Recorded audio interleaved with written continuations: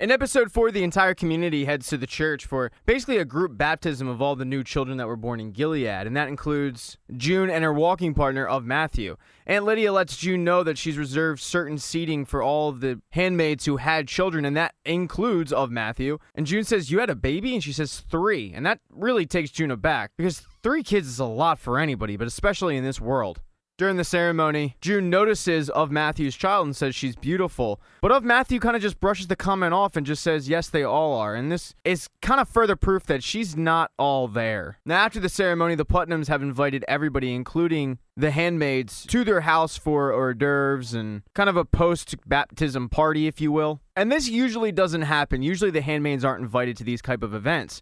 And when they walk in the door, of Matthew makes a comment like, "We shouldn't even be here. This isn't right." And June says, "Shut up. Just go have fun." As of Matthew walks away, June is combing the living room of all the commanders and their wives, and she sees Fred Waterford and just starts staring at him. And that's when Serena comes up from behind her and kind of surprises her a little bit. June says, "I didn't see you at the ceremony." She says, "Yeah, I didn't want to really be a nuisance." June sees Serena staring at all of the wives, and she says, "You know, you're a leader. You should get over there." Serena says, "No, because half of them left me." And June makes the comment of, "Yeah, half of them left you, but half of them stayed with you." At this point, Fred has noticed her and came over, and she's still being extremely cold to Fred Waterford. She's made it abundantly clear that she's not here for him. She's here to support the community and the Putnams. At this point, June makes her way into the kitchen where most of the handmaids are bitching and moaning about Aunt Lydia, because Aunt Lydia has been even worse since the accident. And the only one to stick up for Aunt Lydia is of Matthew. She says, "You can't blame Aunt Lydia for all these actions." And it's just amazing to everybody in the room that she actually buys into this stuff.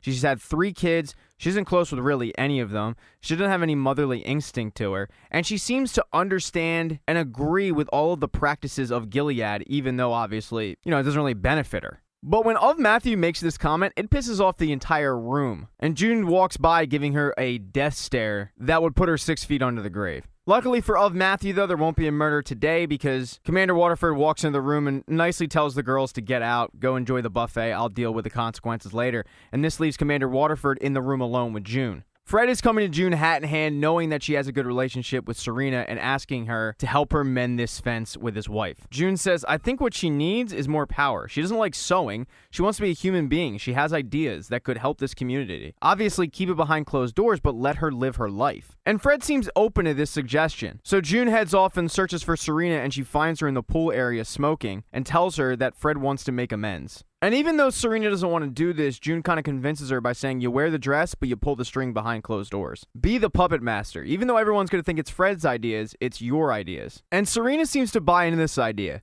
So out they walk from the pool area, and June kind of gives Commander Waterford a nod. And Serena walks over to the Putnams who are holding their baby, but she's not the only one who walks in the room, because Janine also walks into the room. She sees that as her child and starts walking closer and closer towards the Putnams. And even though June is trying to stop her, she's just too far away to do so. Janine says how beautiful the child is and asks if she can hold her. And at this point, Aunt Lydia has made her way in and looks like she's about to go after her, but Mrs. Putnam allows it. Janine's holding the baby and trying to console her while she cries, and eventually gives the baby back and thanks Mrs. Putnam and says how lucky the baby is to have such a beautiful home under the Putnams. But that's when she makes the mistake of saying, she could have a brother or sister. "I want to be back in this house. I want to help do this again. I want to be with this baby." And even though the Putnams say that's not a good idea, it pisses off Janine even more, and she screams, "Isn't that what you guys teach us? You guys want us to have babies, so I'm trying to do that." And at this point, Aunt Lydia's heard enough and just starts railing on her, beating her over and over and over again in front of all of these commanders and their wives. June has to jump in front of Janine just to stop the beatings, and she yells at Aunt Lydia to stop.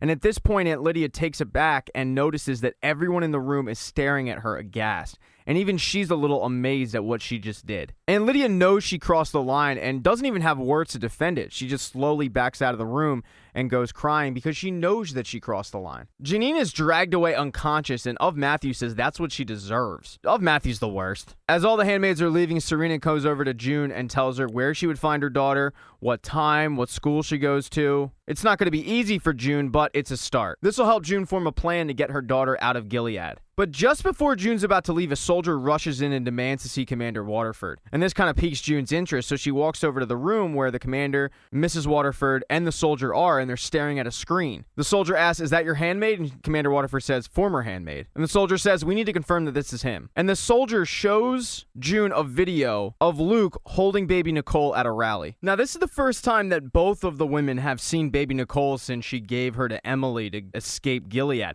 This is also the first time that June is seeing her husband in years. So while all the men in the room are mortified, all the women in the room have kind of a smile on their face, and June does confirm, yes, that is my husband. But Serena is laughing and saying, look how big she got, and June leaves the room and is crying, but it's happy tears because of the fact that she was able to get out and she's seeing it firsthand. And finally, up in Canada, Emily is trying to get reacclimated to everyday life with her wife. But it's extremely awkward for the two because of the fact that they haven't seen each other in forever. She's able to see her son for the first time in years, and the mother decided to put the son in school just to give them both a little bit of time.